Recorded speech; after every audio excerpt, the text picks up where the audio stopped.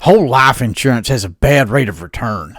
Hello and welcome to the Durham Talents channel. My name is Jesse Durham. For today's installment of our Myths, Mysteries, and Misconceptions playlist, we're going to address the misconception that whole life insurance has a bad rate of return, as touted by popular financial gurus like Dave Ramsey.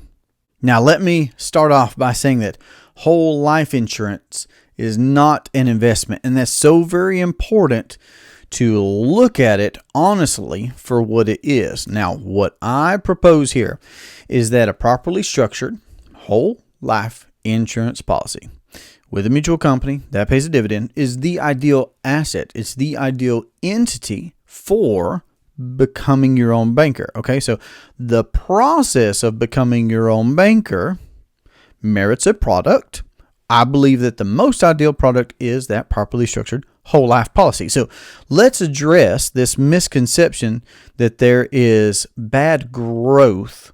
I'm going to use the word growth because I need us to consider when folks are saying things about ROI, ROR, okay, that is in the investing world, okay? And the difference between saving and investing. So let's make a clarification right here. If you're saving money, hopefully you're looking at saving it in a place where you're not going to be assuming a risk of losing that principal, okay? And then hopefully, of course, above and beyond that, you can have growth. And I prefer guaranteed growth and lots of other variables, but that's saving, right? Investing is putting your capital at risk. You can lose it all, okay? So there's a difference. So I'm just going to use the word growth probably more often than rate of return. And that's not a play on words. That's not me trying to sidestep the issue. We're going to speak very clearly about this misconception concerning the growth of whole life insurance. So taking off our investing cap for a moment and only looking at banking, only looking at whole life insurance as a private banking entity wherein we can put capital. Okay, so we can put money, we can put our capital in this private asset that is self-collateralizing. It is an appreciating asset. We privately own and control it. There are lots of characteristics that make it the ideal asset because of how it hedges against inflation, how it gives you tax-free access to capital, how it produces a tax-free windfall to your heirs or beneficiaries. It has guaranteed growth. Okay, and soon on our channel, I'm going to cover on our quotes series one from Warren Buffett where he says, rule number one, don't lose money. Okay, so again, when you do hear these things about, whole life has a poor rate of return and things like that, again, I would say, rule number one should always apply. We don't want to lose money. So when you're paying premiums into a whole life policy, those premiums compound and grow without risk for your whole life. Okay, so it is possible for you to put capital into a private asset that you own and control, wherein that capital is going to grow and compound uninterrupted, not at risk for your whole life. Now, again, I'm not talking about investing of any kind. I'm talking about warehousing your wealth. I'm talking about owning a private banking entity. I'm talking about using this asset for your need of finance in life. And if the first thing that we're doing with capital is putting it somewhere where we do have ownership and control and growth, period, guaranteed, no matter what the number is. I know folks are, Jesse, get to the numbers. Jesse, show me the screenshots.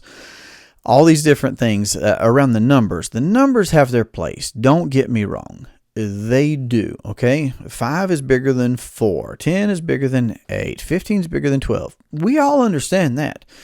But I'm saying not too much can be said about guaranteed growth for your whole life on your capital. We can't go too quickly by that and pass that.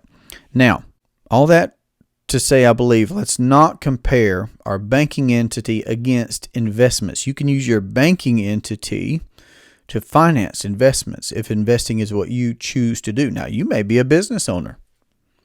You may want to use your private banking system to finance your business.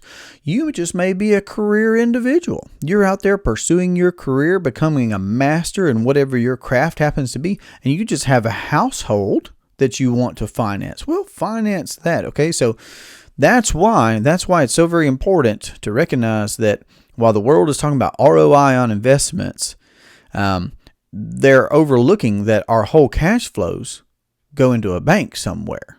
Banking exists. Banking takes place. I'm here to say that you can bank for yourself, okay? You can be the banker. You can own the banking entities, and all of your cash flow can eventually go through your own banking entity. And then if you choose to do investing, you're doing investing.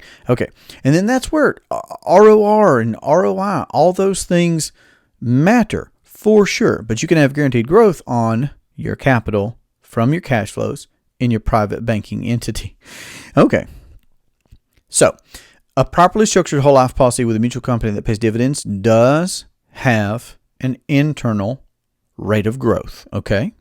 So it does have, in and of itself, when you pay X amount of premiums, it does produce a certain amount of death benefit.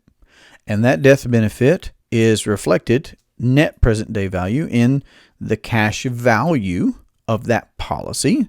And those numbers grow. So with a properly structured policy, the death benefit grows, the cash value grows, and it grows from being a significant portion of your premium. Even in year one of a brand new policy, a significant portion of your premium is reflected right away in a cash value. And that cash value is going to go up on weekends, on holidays, regardless of what's happening in the market. So again, I am trying to reemphasize again, guaranteed growth versus rate of return. So there's growth. Guaranteed for your whole life. Cash values go up. Ask me which policy is my favorite policy out of the 6 that we own so far as of 2023. The first one, the oldest one, because it's the one that I've had the longest. It's the most efficient. All it's done, as well as the others, but it's been in force for the longest. All it's done has gone up. The death benefit has gone up. The cash values have gone up. The use of growing and compounding capital that I've had access to has done nothing but gone up. Okay? It's a beautiful thing. So can you calculate, okay, to get to the numbers, can you calculate the rate of return, the growth, okay, I'm going to use growth in a policy from year to year? Yes. So here's what I'm saying, and this is a big deal. This is a big deal. A policy is going to grow guaranteed. It's in the contract. It's in the contract. Before you ever own it, sign it, use it, it's in the contract. This unilateral contract where the company says, okay, yeah, if you choose to pay that amount of premium that you've picked, we're going to do the death benefit. We're going to provide the cash value. We're going to do all this. All that's on the insurance company. It's what you do with the capital that you can access from your policy that matters. It's what you do with that capital to be profitable. Again, you just could be profitable in recapturing interest in your household that normally goes to somebody else. I mean, if you want to talk about a number, all right, the average American is bleeding out interest dollars to the tune of about 34.5%. Now, maybe you're less, maybe you're more, okay? And even if you're out there paying cash for everything that you do, you need to recognize that your capital has a cost to it. And if you could get 34.5% ROR on your money, how excited are you going to be? Very excited, of course, obviously. And if it were cut in half, if it were cut in quarters, okay, it doesn't matter, because that's going to be above and beyond what the policy in and of itself does as an entity, okay? We're talking about how you use capital now. So if you just simply recapture the interest that normally goes to the car people and the house people and the groceries people and all the things that are just part of your lifestyle, if you begin to recapture that interest, you're going to be so very profitable, okay? If you're building a business, what if you finance that business? Then you'd have the profits of your business And you'd have the profits of financing your business. Didn't that just exponentially increase your ROR? Yes, of course it did. And if you are an investor, okay, and you want to make your investments, you're profitable there. Hopefully you're very knowledgeable about what it is that you're doing, very gifted, very talented, you're experienced, okay? So if you're earning on your investments and you're the one that's financing your investments, didn't you just exponentially increase your ROR? Okay, so what's the number going to be? I don't know. Do you know what to do with money? Do you know what to do with capital? You probably do. You have your gifts, your skills, your abilities. So if you just get in the business of financing whatever it is that you're already doing, you don't have to change your cash flows.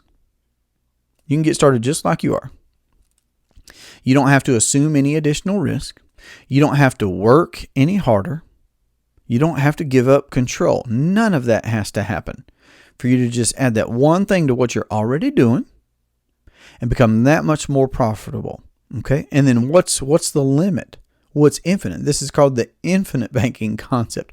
There is no limit on what kind of ROR you could receive for what you do.